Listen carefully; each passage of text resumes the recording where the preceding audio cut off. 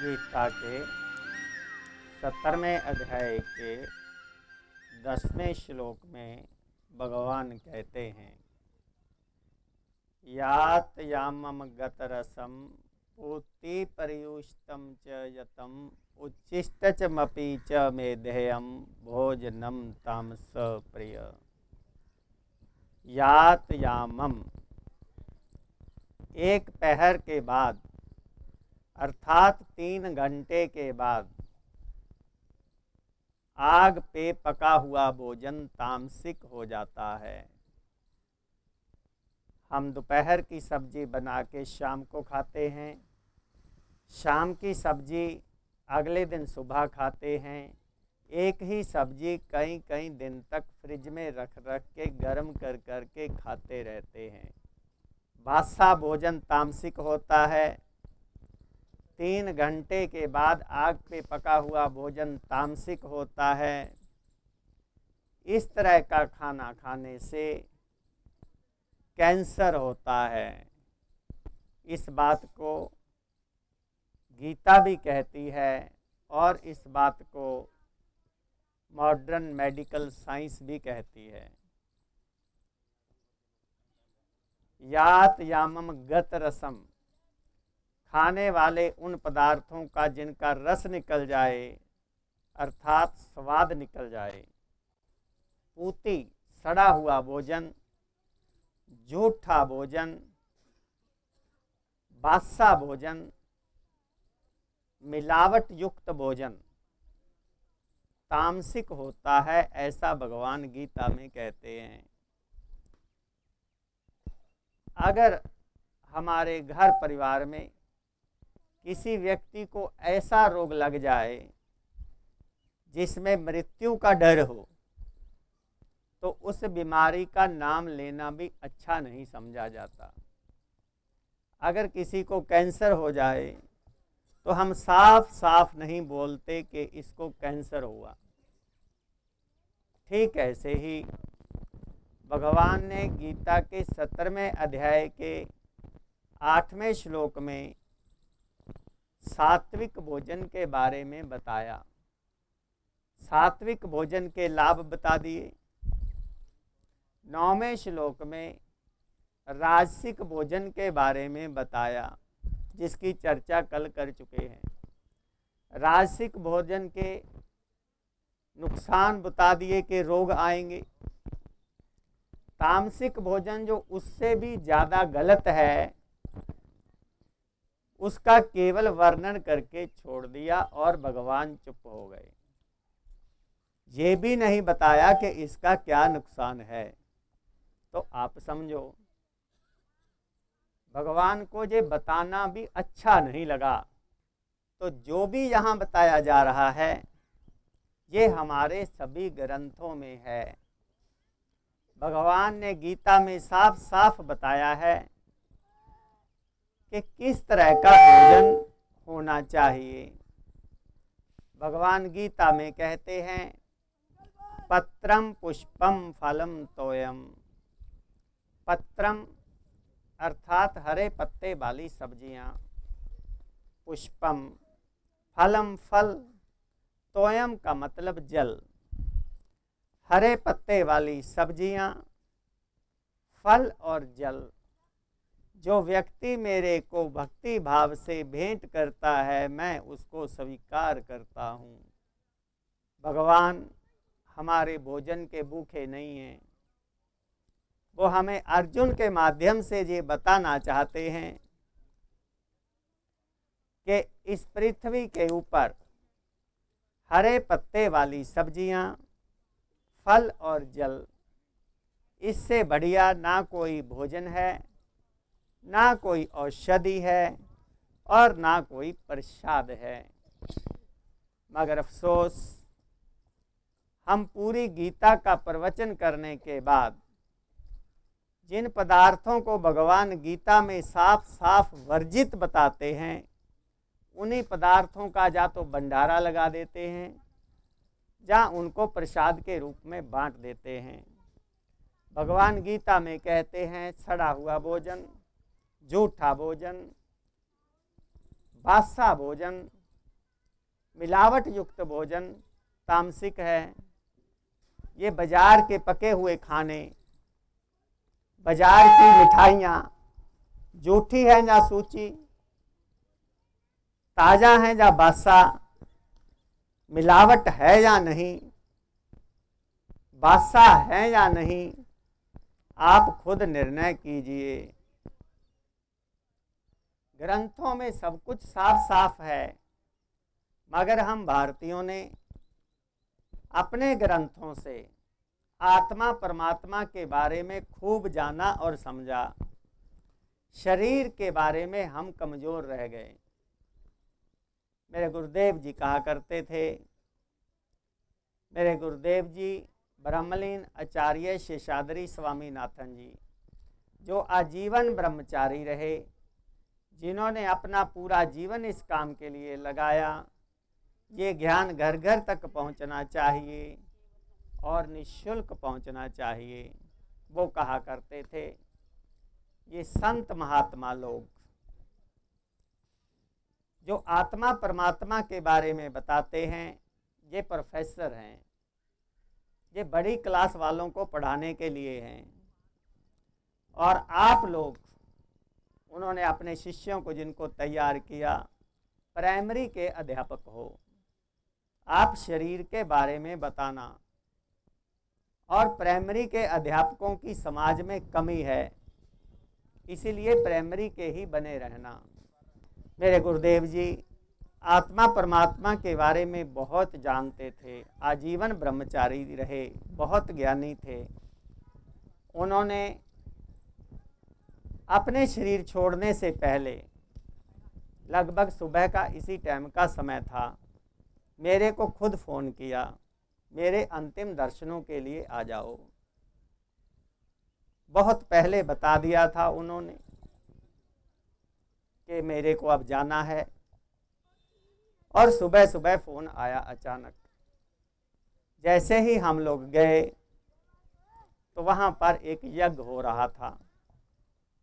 गुरुजी देव जी का ये जो चित्र आप ऊपर देख रहे हैं, इन वस्त्रों में हमने एक ही दफ़ा देखा है, जो इस चित्र में है, ये भगमे वस्त्र, वरना वो सफ़ेद धोती कुर्ता पहनते थे।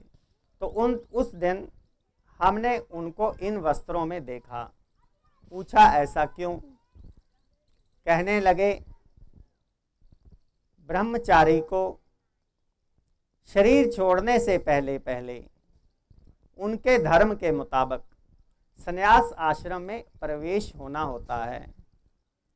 मैं ब्रह्मचारी ही रहा जीवन भर, मैंने संन्यास नहीं लिया।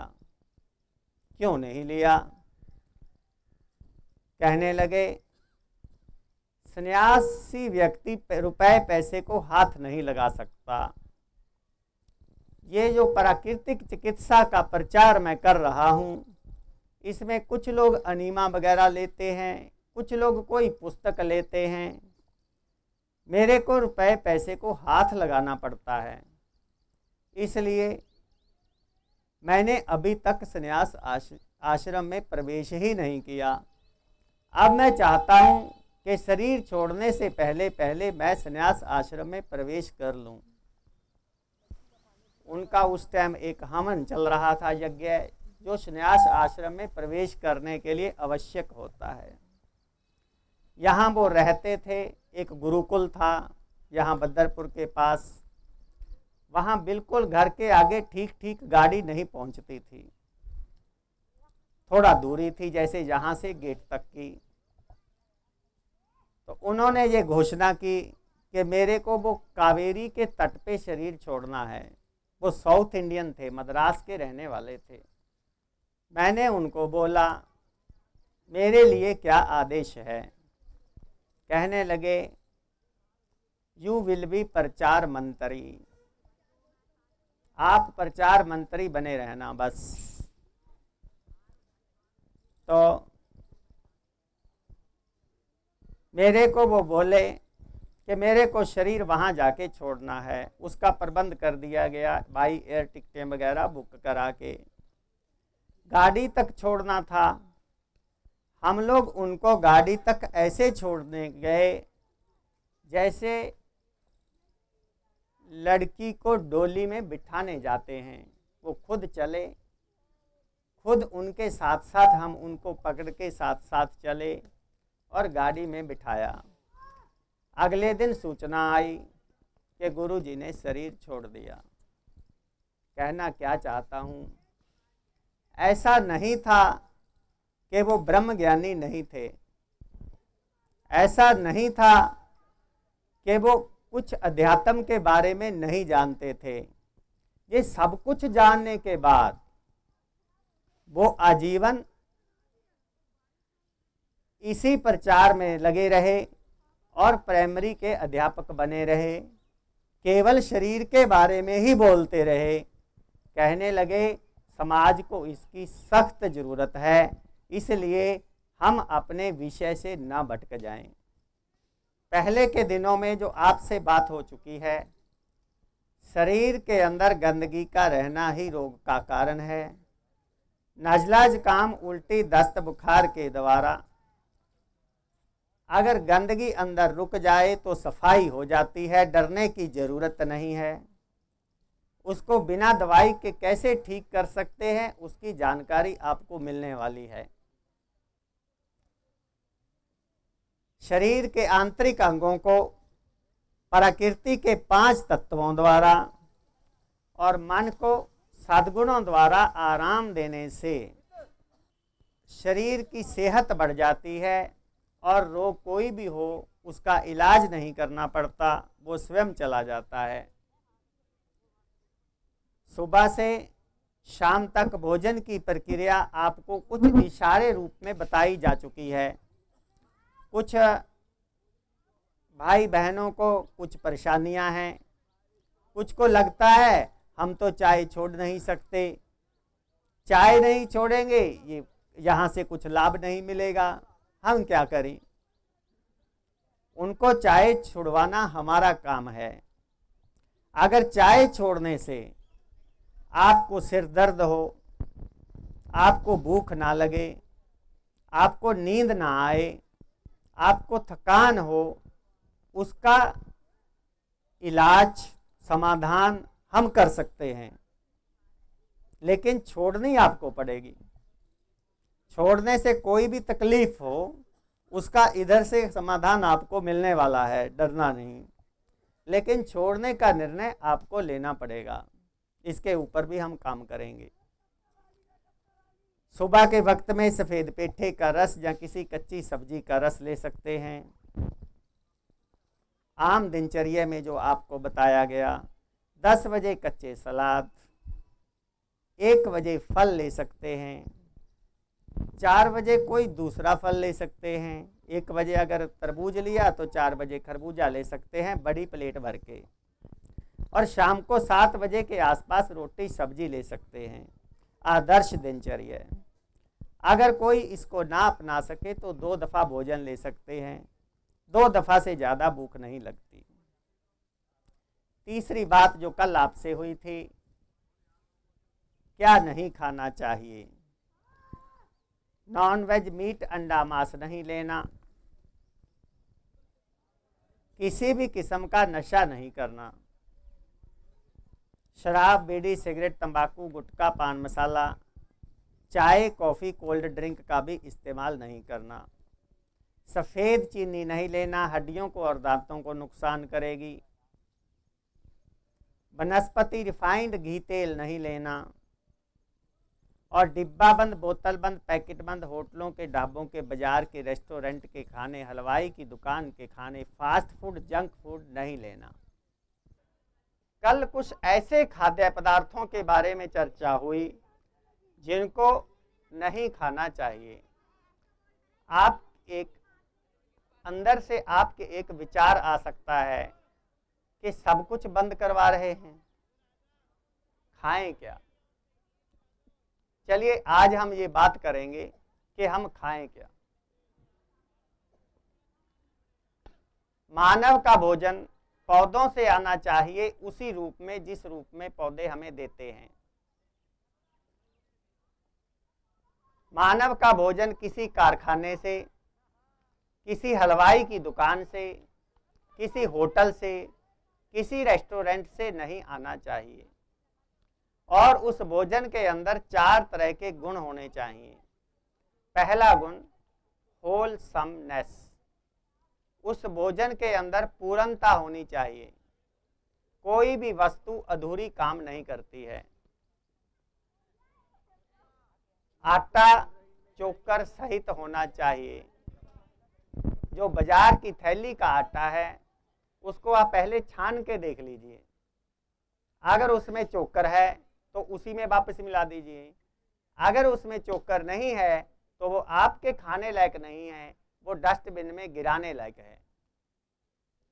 आटा विदाउट चोकर is just like currency note without number.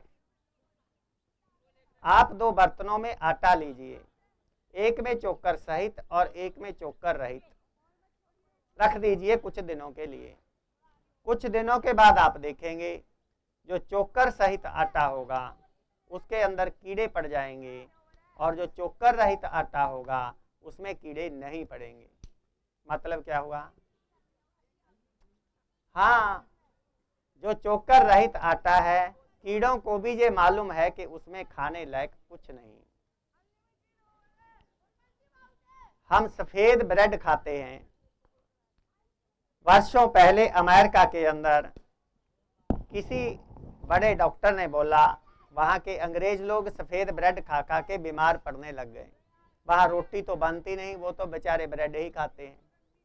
वहाँ के किसी बड़े डॉक्टर ने बोला, the waiter the bread sooner you are dead. आपकी रोटी जितनी सफेद होगी मृत्यु जल्दी होगी।